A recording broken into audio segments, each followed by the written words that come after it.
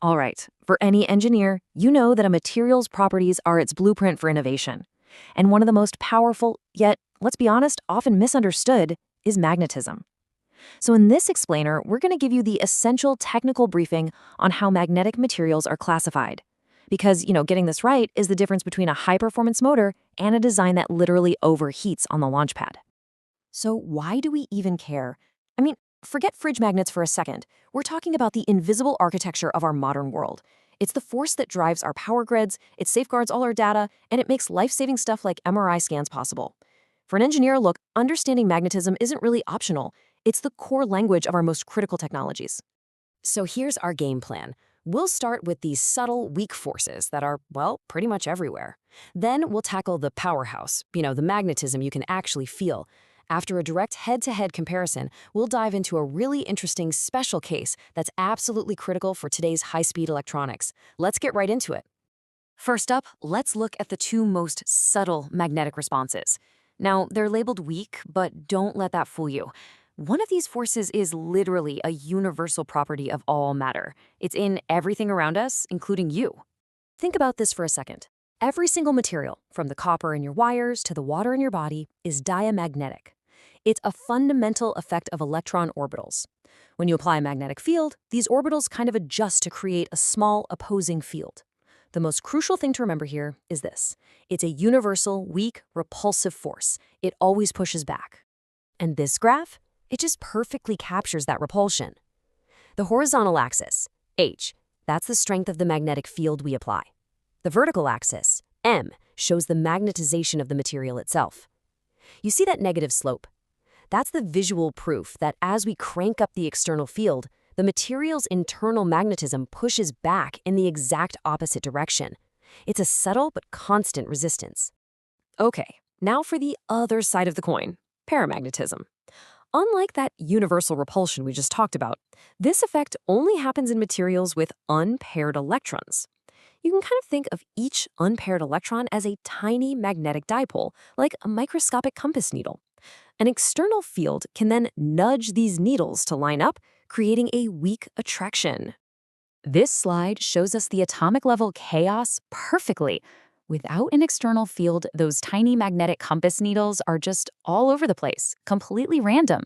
It's like a disorganized crowd where everyone is facing a different direction. Their magnetic moments all cancel each other out, so there's no overall magnetic effect at all. Now, putting these two graphs side by side really highlights the key difference. On the left, diamagnetism's negative slope screams repulsion. On the right, paramagnetism's positive slope shows attraction. But notice, both responses are linear and weak. And critically, as soon as you remove that external field, they both just snap right back to zero. So this slide really boils it down to the critical differences. Diamagnetism repels, paramagnetism attracts. Their magnetic susceptibility, that Greek letter chi, is just a measure of how much a material will get magnetized in a field. It's negative for diamagnets, positive for paramagnets. And for any practical application, you gotta remember this. Diamagnetism doesn't care about temperature, but paramagnetism gets weaker as things heat up. All that thermal energy just scrambles the alignment of those little atomic compass needles. All right, let's move on to the main event, ferromagnetism. This is the strong, persistent magnetism we all know, the force that makes permanent magnets possible in the first place. You see, this is the real game changer. With paramagnetic materials, you need an external field to create some order. But in ferromagnetic materials, there's a quantum mechanical effect that basically forces atomic moments to spontaneously align with their neighbors. It's like a built-in instinct for teamwork. And this is what you get. If paramagnetism was that disorganized crowd, ferromagnetism is a disciplined army. Within these huge regions called magnetic domains, all the atomic moments just snap into parallel alignment. And this collective action is what creates an incredibly strong magnetic field. Now this M versus H curve, it tells a completely different story. Just a small external field, H, triggers this huge jump in internal magnetization, M, as all those magnetic domains snap into alignment. But there's a limit. It hits a saturation point where every domain is aligned and the material just can't get any more magnetized. This curve also shows something called hysteresis, which is kind of like a memory effect where the material holds onto its magnetism even after you remove the external field. That's the secret sauce behind permanent magnets. But even this powerful alignment isn't indestructible. Every ferromagnetic material has what's called a Curie temperature. If you heat it above this point, the thermal energy gets so intense that it just overcomes that quantum alignment. The disciplined army breaks ranks and turns back into that disorganized paramagnetic crowd.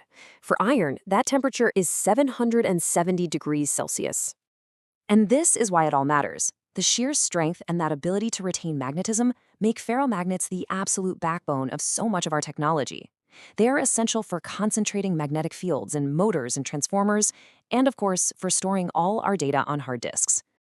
Okay, so we've covered the fundamental behaviors. Now let's just bring it all together for a direct comparison.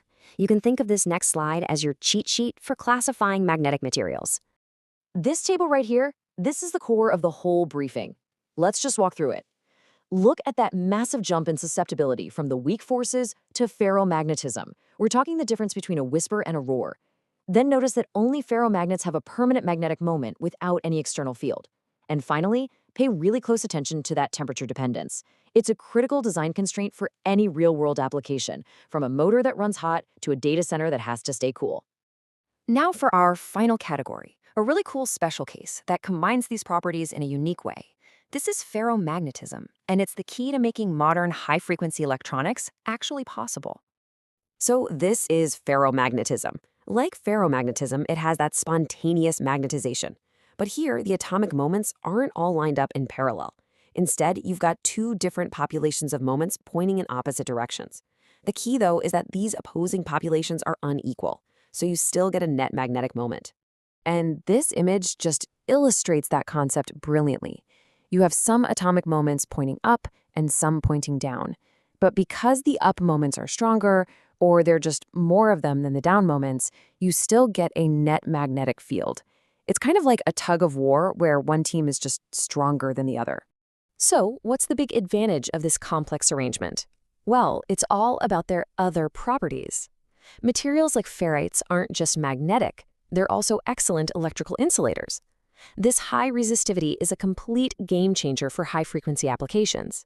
It means you can have a strong magnetic core in a transformer without suffering from massive energy losses from unwanted electrical currents.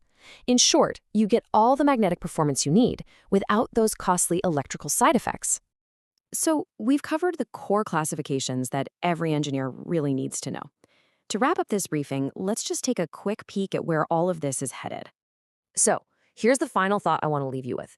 For decades, the sheer power of ferromagnetism has driven our technology. But as we push into new frontiers like spintronics and quantum computing, we're learning to harness the more subtle quantum behaviors of all these materials. The real question for the next generation of engineers is what new technologies are going to emerge when we master not just the strongest magnetic forces, but all of them.